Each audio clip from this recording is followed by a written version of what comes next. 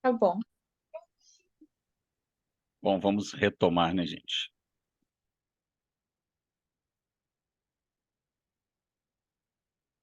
Cadê?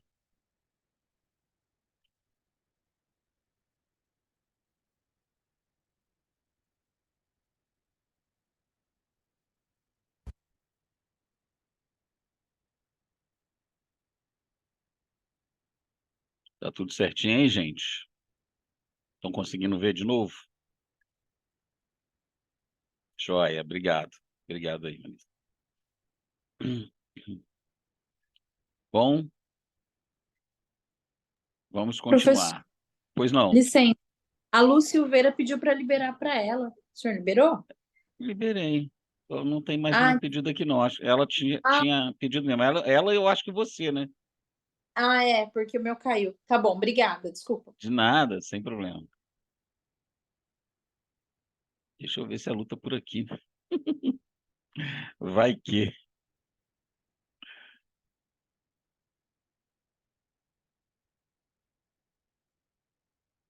É, eu não tô vendo ela aqui, não.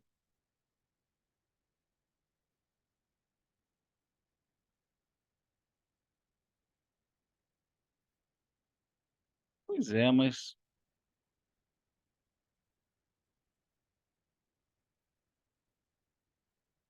não tô vendo um pedido dela para entrar, gente. Talvez ela vá pedir de novo, né? Pode ser alguma coisa assim. Porque não tem, não. Se ela pedir, eu aviso aqui novamente. Acabei de mandar aqui para ela. Tá joia, Vanessa. Obrigado.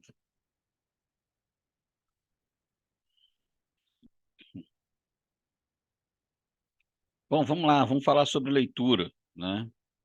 Princípios básicos para a leitura. Existem níveis de leitura que são diferentes uns dos outros, né? Existe a pré-leitura, que é aquela que a gente falou pouco antes do intervalo, que é a leitura para você ter uma visão geral daquilo que o texto do livro vai falar, né? Então você vai ler as orelhas, a quarta capa, a folha de rosto, o sumário ou índice, o prefácio. Alguns vêm com o nome de prólogo, apresentação e tal, é a mesma coisa, né? E, dentro do possível, dá uma passada de olho por cada capítulo, né? Para ver se lê ali o primeiro parágrafo e o último, ou o primeiro ou o último, né? Tem gente que, dado pouco tempo, só lê o primeiro parágrafo. Geralmente, é, pelo menos é o que as técnicas de escrita orientam, a, o primeiro parágrafo ele deve conter o lead. O que que é o lead? O lead é uma visão geral daquilo que o texto vai falar. Então, cada capítulo deve ter o seu lead que vem apresentado no primeiro parágrafo. Hoje eu reconheço que há muitos autores que não conhecem isso, não conhecem técnicas de escrita e não fazem isso. Então, nem sempre você vai achar. Vou sim, Viviane, vou sim. Alguém tinha até perguntado no início da aula. Assim que terminar a aula, eu compartilho com vocês. Jogo lá no grupo, tá? Muitos autores não fazem isso, né? Não colocam o conteúdo, esse lead, né? Esse resumo do conteúdo do capítulo no primeiro parágrafo, mas é o correto a ser feito. Então, vale a pena ler ali. Geralmente, o primeiro parágrafo traz uma visão geral e o último parágrafo, em tese, traria um resumo breve, né? Isso é muito comum em textos jornalísticos e escritores profissionais. Uma leitura superficial, que é a leitura do livro todo de uma só vez, sem preocupações interpretativas, ou seja, é você ler para se afeiçoar ao livro, para se habituar a ele. Essa leitura superficial, ela é geralmente a leitura que eu não sei, né? Eu faço com romances. Eu não sou muito de me aprofundar em romance, não. Eu adoro romance. Assim, o romance é o melhor tipo de literatura para o desenvolvimento cerebral que alguém pode querer. Porque quando você lê poesia, por exemplo, é literatura como é literatura voltada para emoção, né? Então, ela vai trabalhar, acionar o lado direito do seu cérebro para tocar essa parte da emoção. Quando você lê alguma coisa ligada à ciência, à lógica, aciona o lado esquerdo do cérebro, né? Ligado ao raciocínio, à lógica, à razão. E não necessariamente tem que ser algo ligado às ciências exatas. Pode ser algo ligado às ciências humanas, mas um texto técnico, né? Então ele vai trabalhar o lado esquerdo da mente.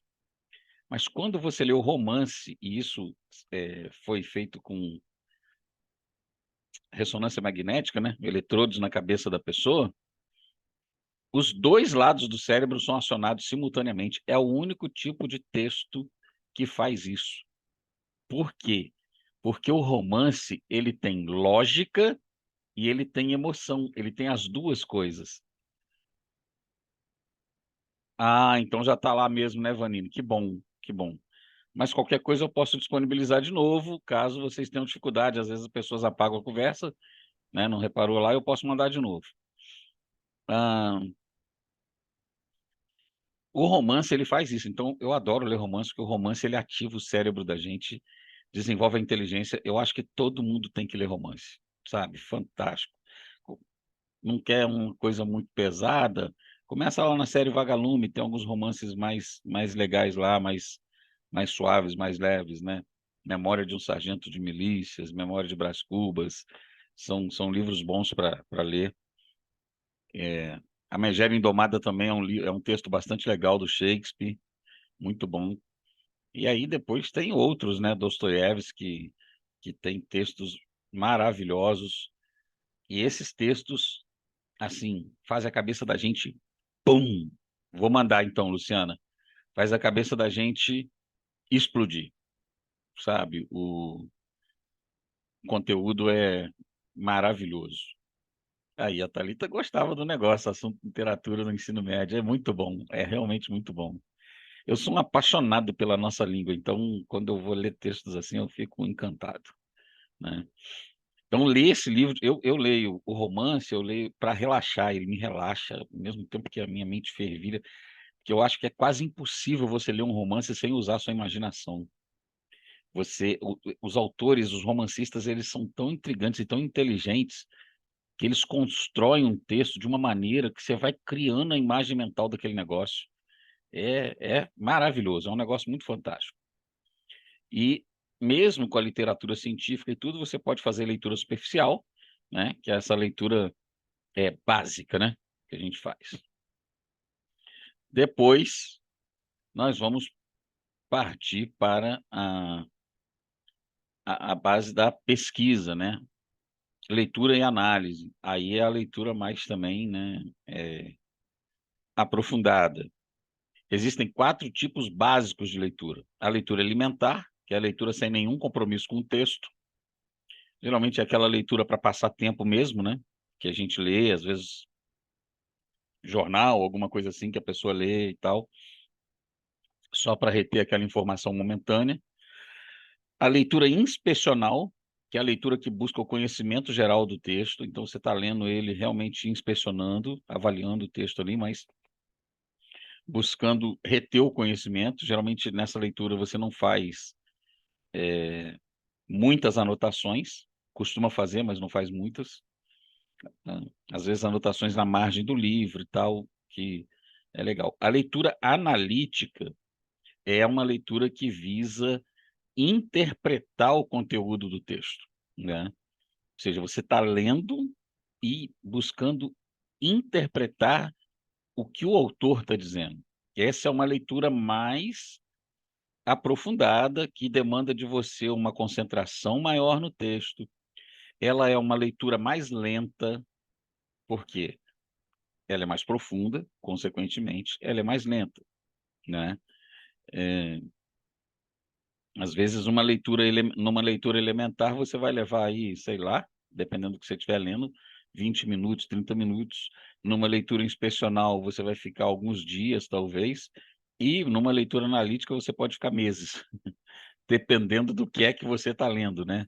Ou um mês, 2 semanas, ali preso naquele livro, indo capítulo por capítulo, avaliando, interpretando, né? Buscando entender o que que o autor está dizendo. E tem texto que realmente você tem que literalmente buscar entender. Você vai ler Lacan, é uma maluquice, que você tem que realmente tentar entender o que ele está dizendo, que o cara é prolixo demais, demais da conta. Então, a leitura analítica ela vai fazer essa interpretação do conteúdo. E a leitura sintóptica é a leitura mais aprofundada que tem. Geralmente, ela já é feita quando você é um especialista dentro da área, ou um assunto que você já tem um bom domínio. É a leitura que confronta livros, né? Então, ela relaciona o conteúdo do livro que você está lendo com outras obras. Esse tipo de leitura é a leitura necessária, por exemplo, para a construção de um artigo científico, de uma monografia. É a leitura que você está se especializando de fato, você está mostrando ali que você pode ser um especialista naquela ciência, né? Porque o que que é uma graduação? É uma especialização, né? Você é um especialista em alguma ciência. Então, a graduação, ela te torna um especialista naquela área, porque você chegou a essa condição de pegar a literatura e confrontar uma com a outra, mesmo literaturas antagônicas e tal, né? Já a partir de tópicos pré-estabelecidos. Então, você vai ler o texto, como eu estava usando o exemplo, né, do abuso sexual no casamento, por exemplo, né? Você vai ler o texto já com uma base pré-estabelecida por você mesmo. Então, é a partir dessa base que você vai julgar o conteúdo de cada texto. Esse tipo de leitura gera um conhecimento muito grande, né? É assim, é o melhor tipo de leitura a ser feita, quando você confronta autores, né? Porque você amplia muito seu conhecimento, você passa a ver visões distintas, né? E entender cada uma delas a partir da perspectiva do autor que escreveu. Então, esses 4 tipos de leitura são essenciais para nós em diversos momentos. Tem leitura que você realmente não tem que perder tempo com ela, você vai ler sem nenhum compromisso. Outras, você está lendo ali porque você quer um conhecimento daquilo ali, mas nada tão arraigado, tão aprofundado. E outras leituras, né, que você, por exemplo, você vai escrever sobre um livro, você vai fazer a resenha de um livro. Então, você vai ler aquele texto buscando interpretar o conteúdo dele, que é o que vocês vão fazer como trabalho de metodologia 1, que eu vou mandar lá no grupo para vocês. Vou mandar um texto que vocês vão ler e fazer uma resenha. Sem neura, tá, gente? Sem preocupação, meu Deus, tal, como é que vai ser, como é que é uma resenha?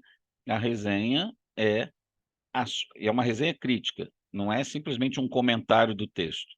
É um comentário do texto com o seu parecer. O que que você acha daquele texto? Se você concorda com ele, se você discorda, se você acha que ele está sendo, sei lá, o texto é muito profundo, o texto é raso, o que é que seja, que ele poderia, onde que ele poderia aprofundar mais, onde que não, tal, e assim. Você vai fazer o que você concluir do texto, né? Vai dar seu parecer também. Vai comentar o texto dando o seu parecer, é isso aí. Tá certo? Que é essa leitura analítica. A leitura sintótica vocês vão fazer lá na metodologia 4, que é o artigo de vocês. Tá joia?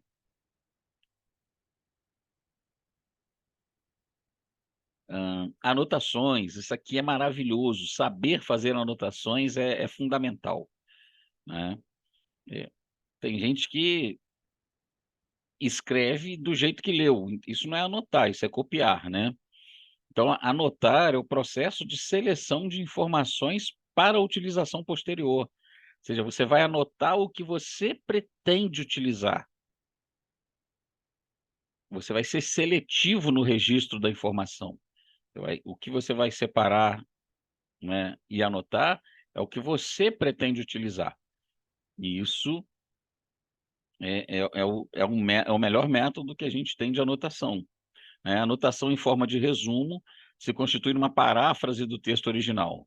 O que é uma paráfrase? A paráfrase é você explicar aquele texto com a sua linguagem, com a sua linguagem, né? Ah, existem muitas paráfrases da Bíblia, existem algumas paráfrases da Bíblia. Por exemplo, uma chamada A Mensagem. Eu não sei se alguém conhece essa paráfrase da Bíblia. A Mensagem, inclusive é de um cara que eu sou fãzaço dele, o Jenny Peterson. Outra paráfrase da Bíblia, a Bíblia Viva. O que é a paráfrase? A paráfrase é quase como um comentário daquele cara. Por isso, nenhuma paráfrase é confiável, tá? No que pertine ao texto bíblico, né? Ela não é confiável. Não é um texto para ser usado na igreja, por exemplo. Vou usar a mensagem na igreja. Não é um texto para isso, porque ela é uma paráfrase. Seria como a gente, ao invés de estudar o texto de Freud, numa aula sei lá, sobre o inconsciente, estudar o comentário de alguém. Ora, o comentário não é a fonte original. Você tem que estudar o original primeiro, para que depois você compreenda o comentário, né? Então,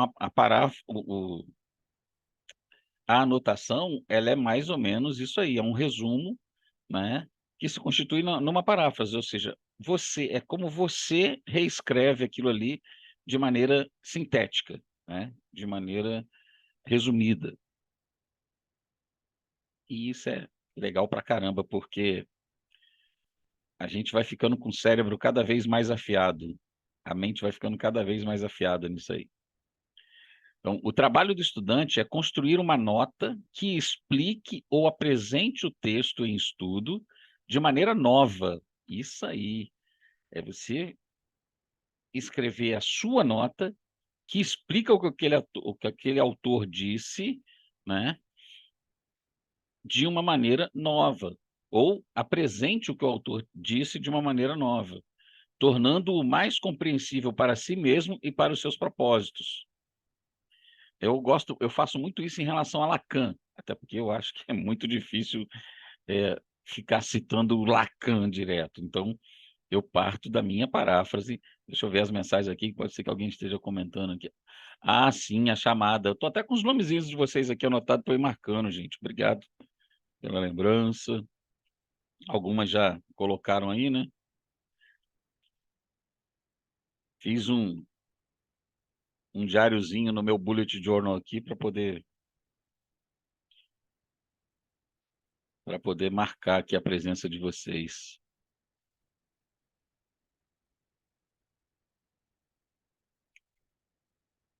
A Viviane não estava na primeira aula, né, Viviane?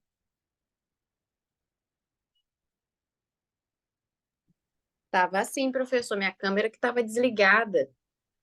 Deixa eu... Você está falando hoje? Não, Ô, na primeira aula da semana Tava passada. sim, Tava, né? tava sim. Tava tendo salão. Professor, Ah, é verdade. Verdade, verdade. eu que Sim, não tava, Thalita, eu não tava na primeira aula. sim.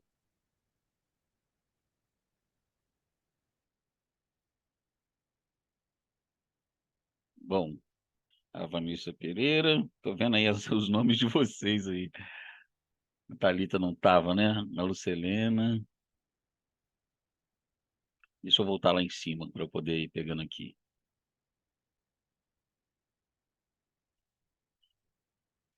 Adriele, você estava na primeira aula?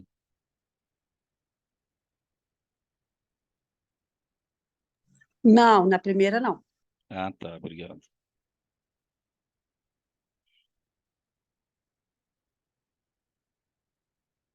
É, as duas Vanessas estão aí, a Vanine está aí, Viviane,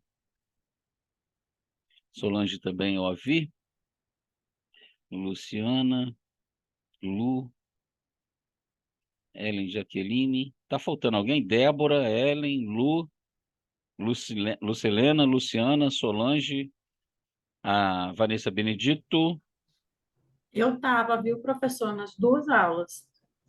Nessa, na outra e nessa. Quem, Débora? Isso. Sim, Débora, tá sim, tá marcado aqui. Tá ok, É essas que eu obrigada. estou falando, então. É Débora, aí Vanessa, as duas Vanessas, a Vanine, Viviane, Thalita e Adriele. Tem alguém que eu esqueci de chamar aí? Acho que não, né? Eu também estava nas duas aulas, hein? Sim, eu só estava em dúvida em relação à Viviane mesmo, Ah, ok. porque eu é que esqueci de lançar a presença dela, estava em branco aqui. Desculpa, tá, Viviane? Vamos voltar lá. Vamos voltar lá. Gente, se tiver qualquer dúvida e tal, pode se manifestar aí, tá bom? Pode falar. Deixa eu ver aqui. Hum. Tá joia, Luciano. Acho que vou precisar de uma aula extra para fazer esse trabalho. Já estou ficando neura já, estou na neura. Que isso. Bom, se vocês quiserem, a gente pode combinar um dia à parte também para falar sobre leitura dinâmica, outras coisas aí, para quem quiser. Uma coisa eletiva, sem problema nenhum, tá bom? Porque Ah, eu vou querer. Eu eu, marca particular, não sei o que você vai fazer. eu faço Estou por muito puro prazer, preocupada. sinceramente. Adoro fazer isso aqui. Vamos lá. Tá. É, qual é a sua dificuldade aí, Luciano? Que você estava falando de uma aula extra para quê? Qual é a questão aí? O trabalho, Do texto da resenha? né? Ah, tá. Não Daqui a entendo. pouco tá jóia. Vanessa, Vanessa, Vanini, queremos. Vamos ver um dia, então, a gente combina um dia aí que for possível para a maioria de vocês, para Tá a gente bom. poder compartilhar esse momento aí. Tá Tá bom. jóia? Na aula que vem, a gente já traz uma data aí. Vocês também podem conversar entre vocês, sugerir uma data. Eu vejo se dá para mim, Sim. sem problema. Se eu não estiver viajando, é que eu estou viajando muito ultimamente a trabalho, mas dá-se um jeito. Quem quer dá um jeito, quem não quer dá uma desculpa. É ou não é verdade? É, tá Então bom. vamos lá. Bom, o trabalho do estudante é construir uma nota que explique ou apresente o texto em estudo de maneira nova, tornando-o mais compreensível para si mesmo e para os seus propósitos, né? Você tem um propósito em mente, então você vai reescrever, vai fazer um resumo daquilo ali, visando esse seu propósito. As anotações devem conter as referências bibliográficas, senão a gente está roubando, né? Roubando propriedade intelectual, por não dar o crédito à pessoa. Então, citou e tal, está fazendo um resumo, está fazendo uma resenha, diz lá de quem que é. E se você está anotando para a sua monografia ou para o seu artigo científico, mais importante ainda. Por quê? Porque depois você vai ter que colocar no artigo científico as referências. E se você não colocou na anotação, depois você pode ficar perdido para achar onde que você tirou aquele troço. Então, colocar as referências é muito importante. O título da obra, o nome do autor, a editora, o ano da publicação, o número da página, obviamente, que vai te ajudar, né, a procurar lá. Isso é algo que a gente deve sempre colocar nas nossas anotações, né? Buscar colocar nas nossas anotações.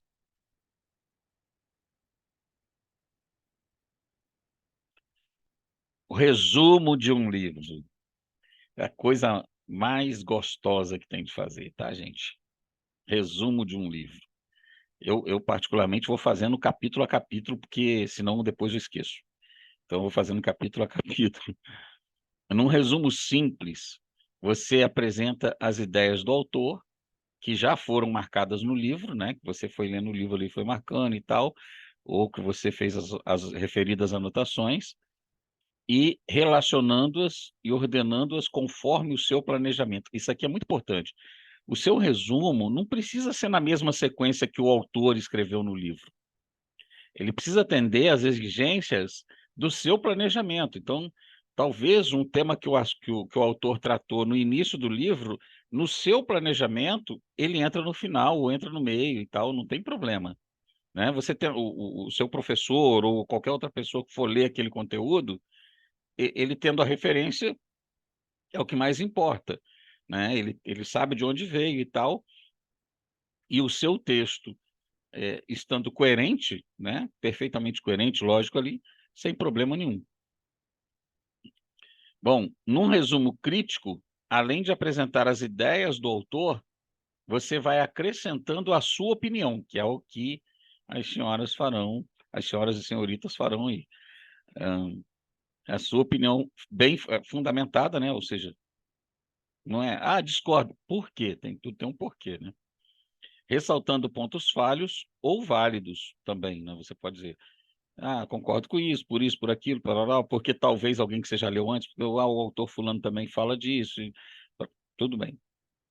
E revelando as ideologias, né? Ou seja, você pode, na crítica, você pode falar, ele escreve dessa maneira porque ele é socialista, ou porque ele é um capitalista, ele é um social-democrata, isso falando de questões políticas e econômicas, ou ele é filósofo, né? E como filósofo ele levanta as questões dessa maneira, tal.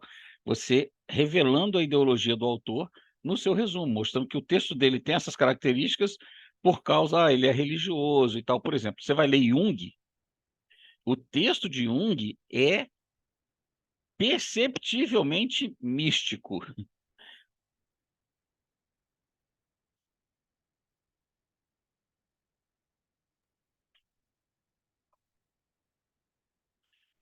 Desculpa, O nome gente. dele é místico. O Jung, ele é bem místico no início da sua psicanálise, vamos dizer assim.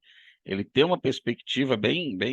Tanto que tem gente que pega a psicologia junguiana, ou a psicanálise junguiana, e espiritualiza ela, espiritualiza o pensamento junguiano. Por quê?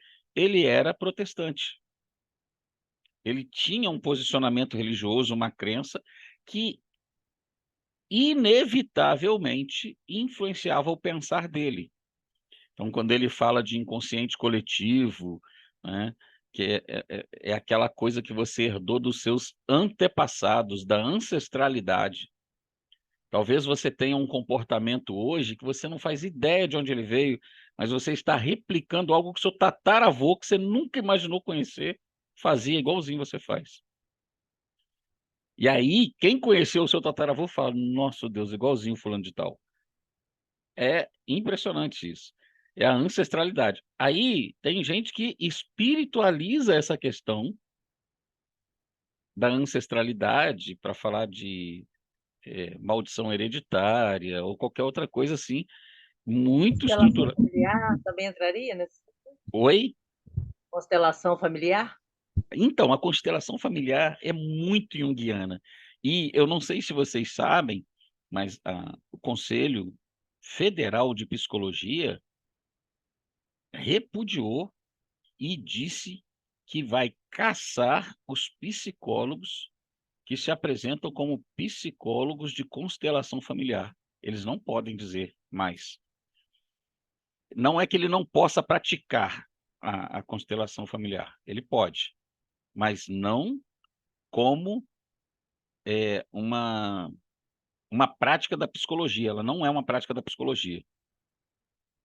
A psicologia, o Conselho Regional não, o Conselho Federal de Psicologia rejeitou a constelação familiar como uma prática da psicologia, porque entende que ela não tem fundamento teórico e científico.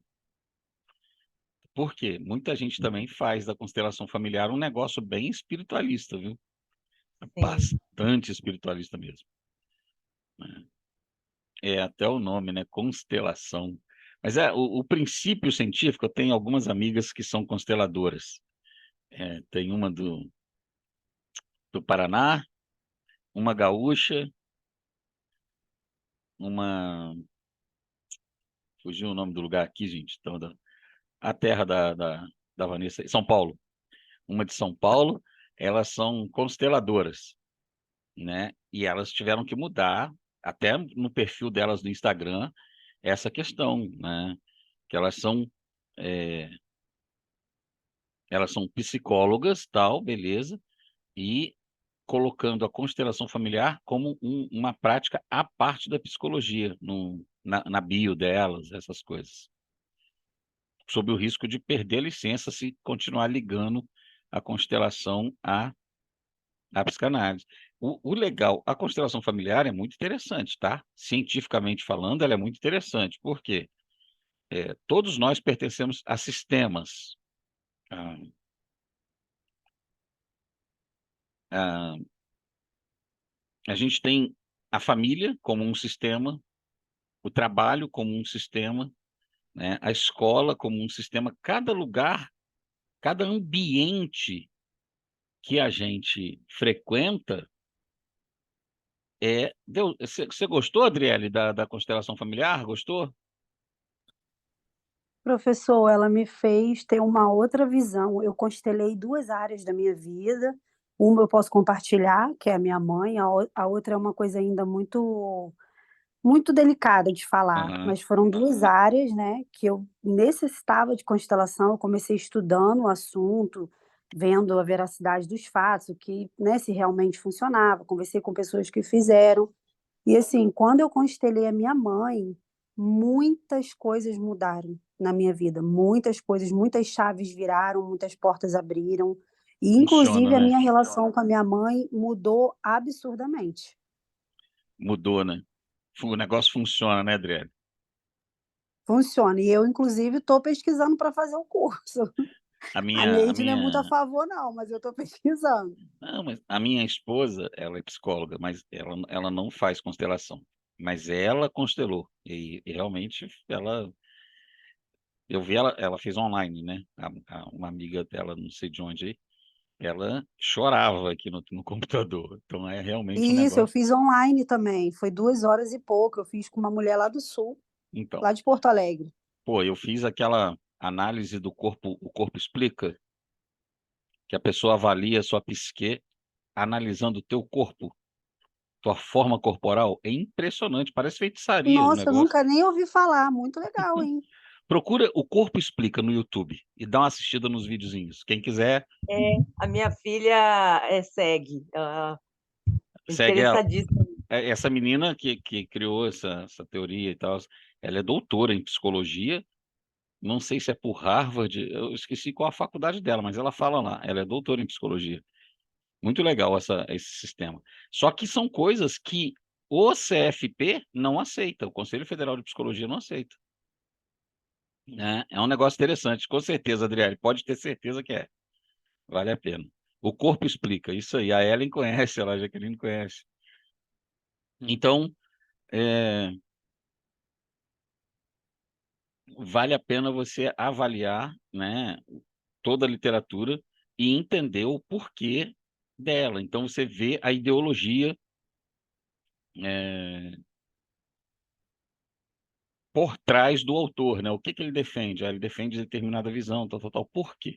Né? Então, a Lucilena falando do livro, né? O livro Corpo Fala.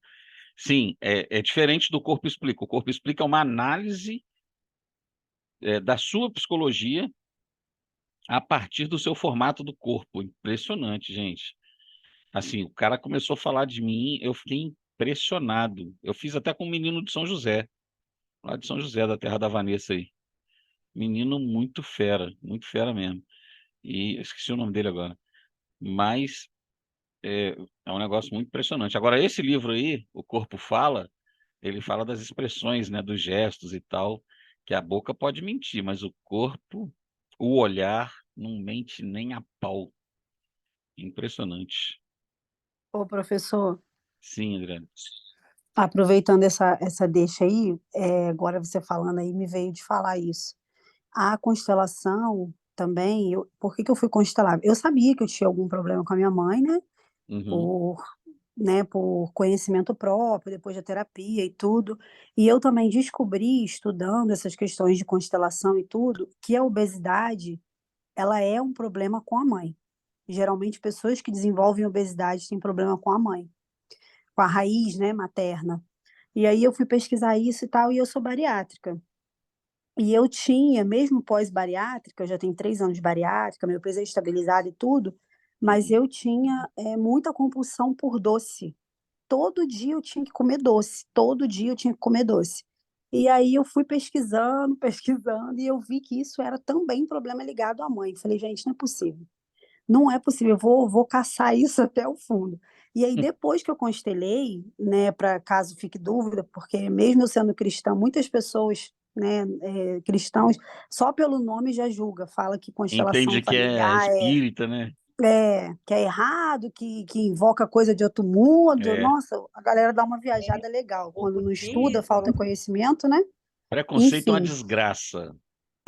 depois que eu constelei, eu continuo comendo doce, é claro, mas eu diminuí absurdamente. Absurdamente, assim, surreal. Surreal ao ponto do meu esposo notar, falou, vida, você não tá comendo doce como você comia antes. E aí eu falei, cara, é a constelação. Então, assim, é muito legal isso. Agora eu vou pesquisar esse aí que você fez, hein? Mas TV, teu marido percebeu algo que talvez você mesmo não tivesse percebido ainda. Não, eu não tinha percebido mesmo, não. Muito massa, né? Então, veja É, bem, e isso é legal quando você pega esse tipo de coisa, a literatura. Eu não conheço nada de constelação, mas você falou uma parada aí que mexeu com a minha cabeça, porque eu tô num sobrepeso legal, que na verdade meu terrorista, quer dizer, meu médico, ele falou que eu tô no grau de obesidade 1, um negócio assim. E eu nunca tive problemas com a minha mãe em sentido de relacionamento. Eu sempre a respeitei muito, mas eu tinha e tenho, né, problemas em relação a eventos na vida da minha mãe, entendeu? E eu fiquei pensando nisso aí, se a obesidade tem a ver com relacionamento com a mãe, realmente algumas coisas a respeito da minha mãe mexeram, assim, me faziam mal. Eu acho, é muito fantástico. Veja bem como é que são as coisas, né? O conhecimento está disperso pelo mundo, né, cara? Todo mundo acrescenta valor à vida dos outros. Eu acho isso maravilhoso. Bom, vamos lá. Você vê, a gente começou a falar de referência de livro, né? Interpretação do livro, olha onde a gente foi parar. Que legal. Desculpa, professor. Não tem de desculpar, não. Eu sou muito fã dessas paradas, assim. Fico muito feliz. Bom, todas as vezes que fizer uma citação formal ou direta de algum autor, né? Você tem que mencionar entre parênteses a página do livro dele, né? Quando se tratar de uma reelaboração do texto, essa indicação não é necessária. Isso no resumo de um livro, tá bom?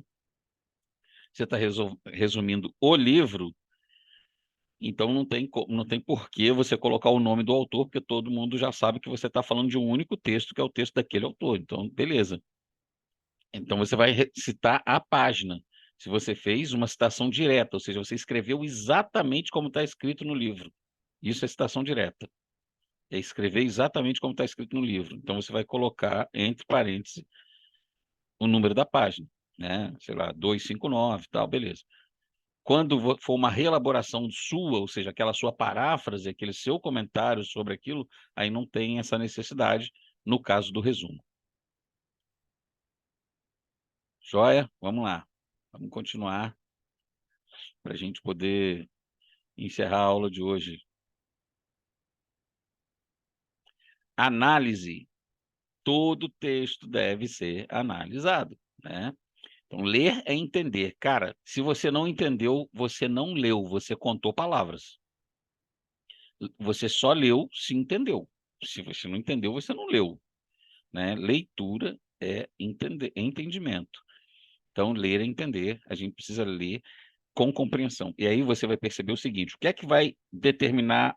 É uma coisa que eu aprendi na leitura dinâmica. O que é que vai determinar a velocidade da sua leitura? O seu vocabulário e o vocabulário do autor. Quando o teu vocabulário é concordante com ou está no mesmo nível do vocabulário do autor, a leitura tende a ser mais rápida. Mas quando o teu vocabulário está aquém do vocabulário do autor, essa leitura será mais lenta, obrigatoriamente. Então, há textos que nós leremos com mais rapidez e há textos que nós leremos mais lentamente. Não existe um padrão para a leitura, tá? A leitura está diretamente ligada à nossa capacidade lexical, ou seja, o quanto eu conheço as palavras do meu idioma, né? E a nossa e a capacidade do autor. Então, quando as duas estão em harmonia, show de bola. Você vai ler, o texto vai fluir tranquilamente. Então, você vai ler talvez o livro aí em 1, 2 dias, dependendo do tamanho do livro, ou em uma semana e tal.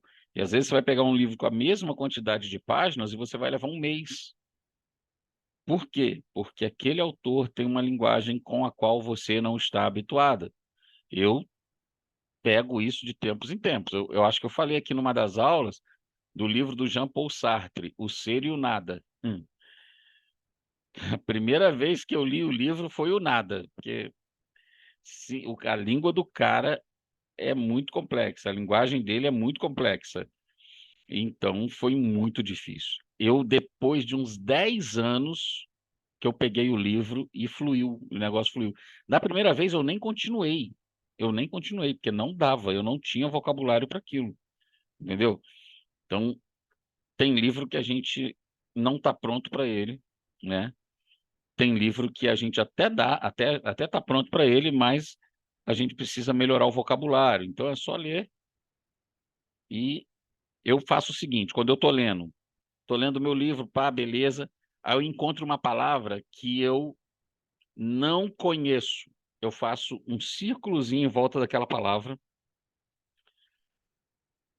paro a leitura, abro o meu dicionário no celular, que é muito mais rápido, né?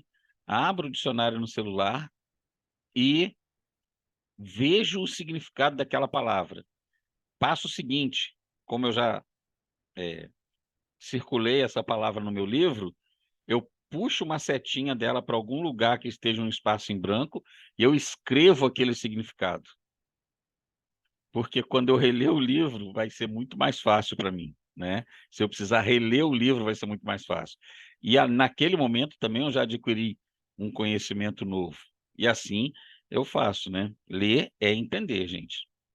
É preciso ler no seu ritmo, sem pressa. Leitura não é uma competição. Até existe. Na leitura dinâmica tem competição de leitura. A mulher, a recordista mundial, leu acho que 2.500 e poucas palavras por minuto.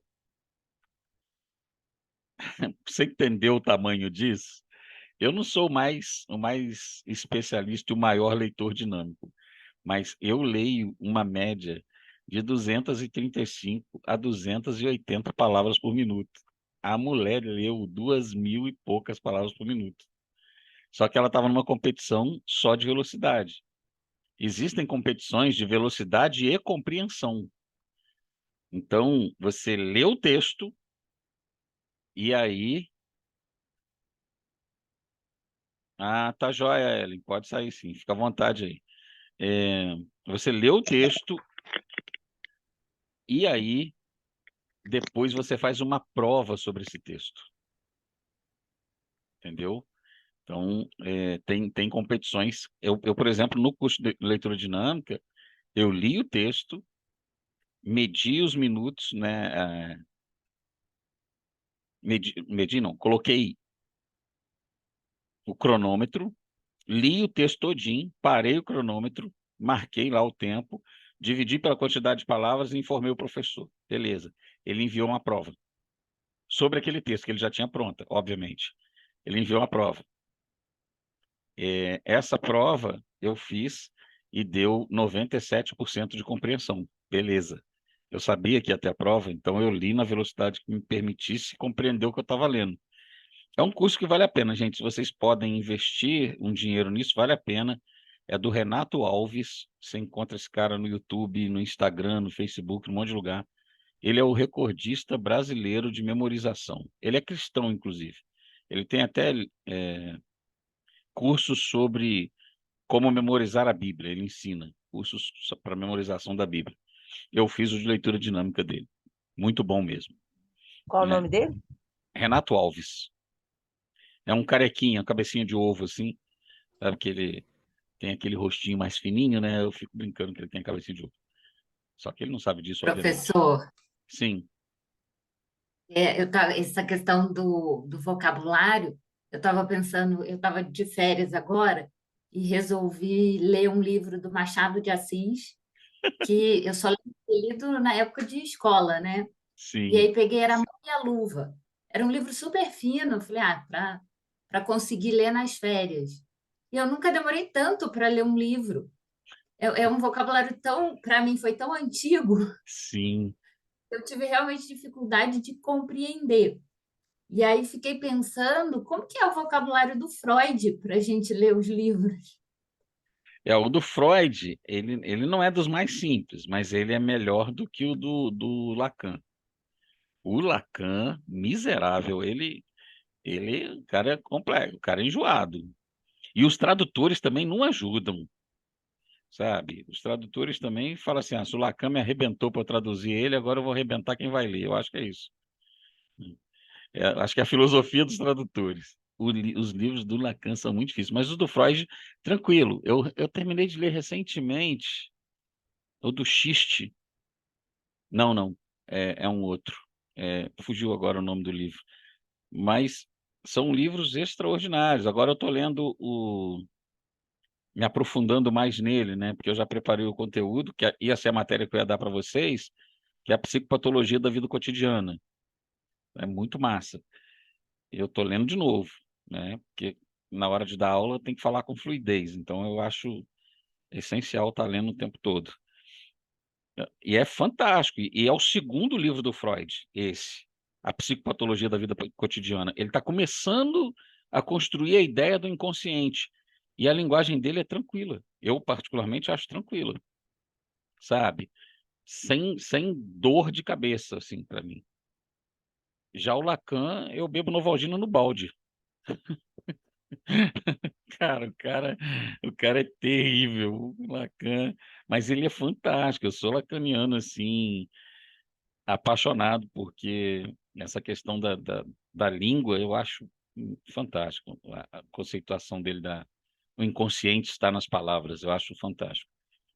Bom, vamos lá. Destaque, não é destacar tudo, destacar questões relevantes, né? Marca texto, né? Aliás, o ideal, infelizmente, nem sempre a gente tem tempo para isso, mas o ideal é fazer aquela leitura rápida, sem anotar, sem marcar nada. E depois vir fazendo a leitura analítica. E aí você vai, como você já leu rapidamente a primeira vez, pode não parecer, mas muita coisa já está na tua cabeça. E à medida que você for relendo, você vai percebendo o que de fato é importante para você naquele conteúdo. E isso é tão interessante que você pega o mesmo livro e dá para os alunos fazerem um trabalho. Olha, vocês vão fazer um trabalho desse livro aqui, um resumo. Cada um, é impressionante, cada aluno, se eles não forem sem vergonhas e forem fazer juntos e copiar um do outro, se eles forem sinceros e honestos, cada um vai trazer uma perspectiva diferente do livro.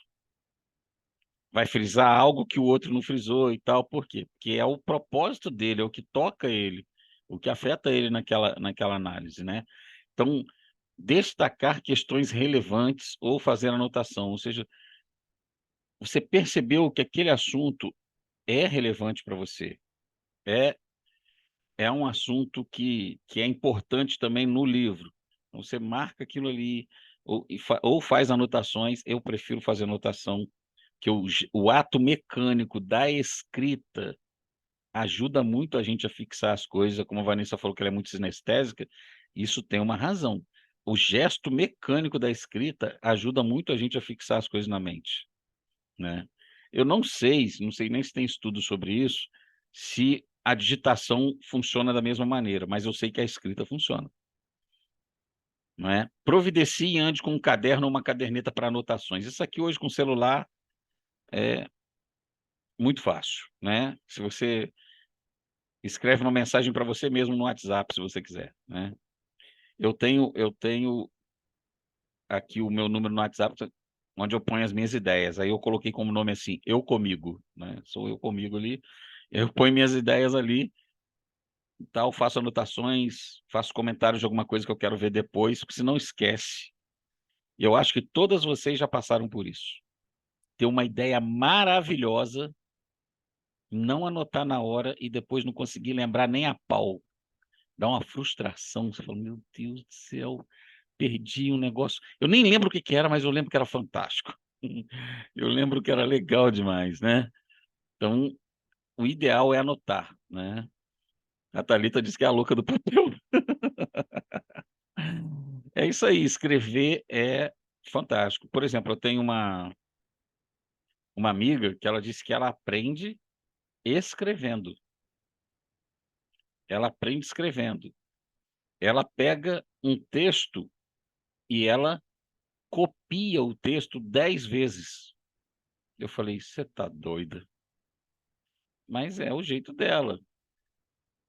Porque, assim, copiar o mesmo texto 10 vezes, beleza, se você fizer resumos, né, que aí eu até compreenderia, mas ela copia na íntegra.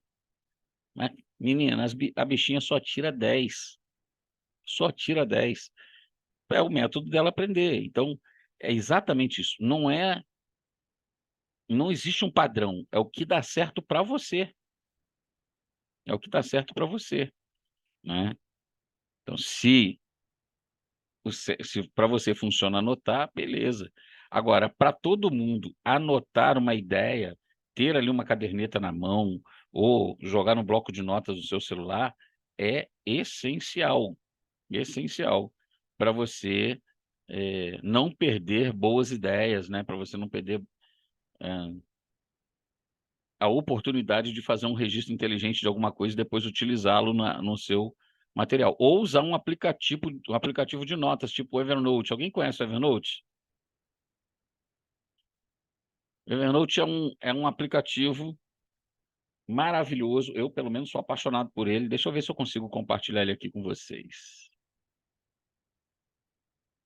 Deixa eu ver se eu vou conseguir compartilhar ele com vocês. Se eu conseguir, vai ser show.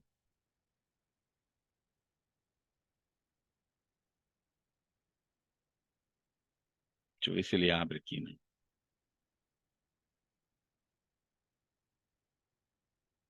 Abriu.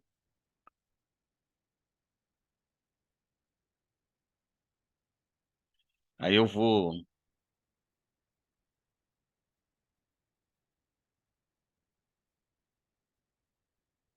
compartilhar o meu aqui com vocês.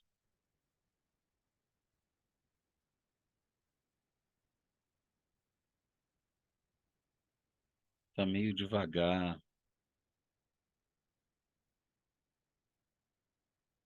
Tá meio devagar ali para abrir, mas daqui a pouco ele... Beleza. Nossa, minha câmera tá me irritando, gente.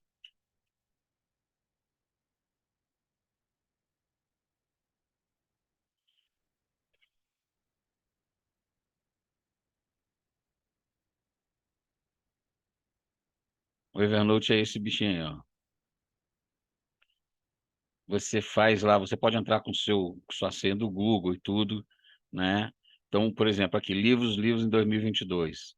Aí eu nem terminei aqui, eu terminei aqui, porque eu uso mais o caderno do que o Evernote, né? Esse copywriting aí é fantástico, é técnica de escrita, né? 1984 também. E aí eu coloquei essa imagem aqui, que é uma imagem para animar, né? Olha só. O melhor investimento que você pode fazer, Academia de Valor. Se você ler 15 páginas por dia, em 30 dias você terá lido 450 páginas, ou seja, de 1 a 3 livros por mês, depende do tamanho do seu livro. Dentro de 12 meses, terá lido 5.400 páginas, 25 a 30 livros por ano. Acredite, este hábito pode fazer a diferença em sua vida. Beleza. Você pode reduzir isso aqui de 15 para 5. Tá joia? Não tem problema, né? 5. Em 30 dias, você terá lido 150 páginas. Muitos livros têm essa quantidade. A média dos livros brasileiros é de 200 páginas. Se você ler 5 páginas por dia, 150 páginas, ao final de um ano, você terá lido pelo menos 8 livros. Poderá chegar a 10, vai depender do tamanho dos livros que você lê. A pergunta é, quantos livros você leu ano passado? Entende? Quem gostaria de ler 8 livros por ano? É simples, é só ter uma meta. Eu vou ler 5 páginas por dia. Se você realmente levar isso a sério, você vai ler 5 páginas por dia, né? Ó, o início aqui. Ainda bem que eu estou passando as minhas senhas tudinho para vocês, mas não tem problema. Ó, tudo eu salvo aqui. Senha de cartão, senha do Globoplay, programação de publicações de março, o reservatório de dopamina que eu sigo, meu login, minha senha, tá tudo aqui. Por que que eu gosto disso? Porque eu tenho tudo centralizado num aplicativo que eu posso abrir ele no meu celular, eu posso abrir ele no meu computador, eu posso anotar onde eu tiver, eu ponho aqui. E aí você pode fazer cadernos, onde cada um deles você põe uma coisa, ó, caderno da família, financeiro, igreja, pessoal, trabalho, CETEMIT, que é o seminário, Agência Missionária e Casa Publicadora que eu sou presidente. Meu artigo científico, eu guardei muita coisa aqui, e algumas coisas sobre psicanálise. Eu uso pouco o Evernote, mas eu acho ele maravilhoso, porque para quem é do digital, é fantástico. Eu sou do papel, eu sou muito papel, né? Mas quem é do time digital, ele é fantástico. E eu, quando eu não estou com papel na mão, eu uso ele. Eu uso ele. Então, é um método de você arquivar coisas, de você colocar suas anotações e tal. O Evernote é fantástico. Te possibilita fazer notas, agendar tarefas que você tem que fazer. Se você tem o hábito de mexer no seu celular sempre, você pode usá-lo ali, né? E colocá-lo. Eu estou usando a versão gratuita, você tem até a opção de upgrade aqui, né, para pegar a outra versão. E a partir desse aplicativo você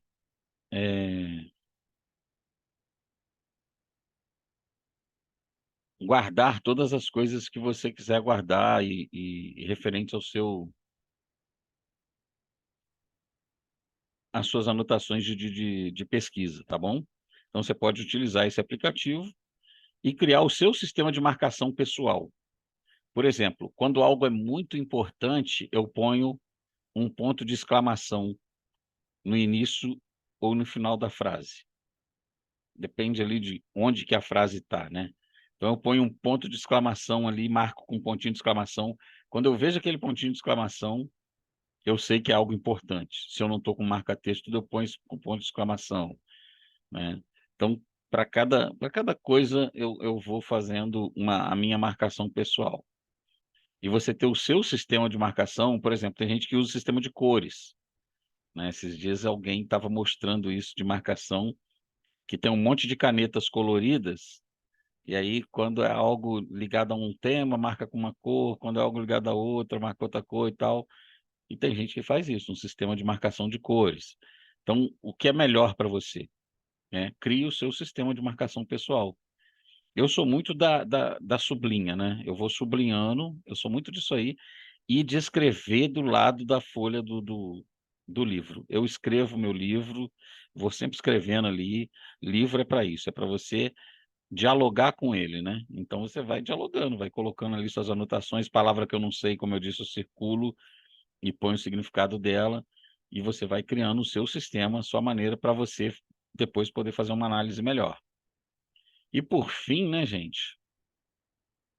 Produção de conteúdo textual. Só que a data aqui está errada, porque foi a primeira vez que eu dei essa matéria e eu não atualizei. Faça um resumo crítico do texto enviado, né? O prazo de entrega eu ainda vou passar para vocês, que é a semana que vem. E o texto tem que ter um mínimo de uma lauda, ou seja, um lado de uma folha, né? Um lado de uma folha. E aí eu devo mandar esse texto para vocês daqui a pouco, assim que a aula terminar. De cara eu vou mandar de novo aqui esse conteúdo para vocês, tá bom? E mando o texto para vocês lerem e depois fazerem o resumo de vocês e me enviar, pode enviar pelo WhatsApp mesmo, não tem problema. Se quiser enviar pelo e-mail também, eu posso passar o e-mail, não há problema nenhum, tá bom? Mas é isso. Em suma, esse é o conteúdo da metodologia 1. Na metodologia 2, a gente vai entrar um pouco mais na questão técnica e estrutural, né, do artigo, do projeto de pesquisa, essas coisas, que a gente começa a semana que vem. Tá joia? Alguma coisa, gente? Já falaram? Algum comentário? Alguma pergunta?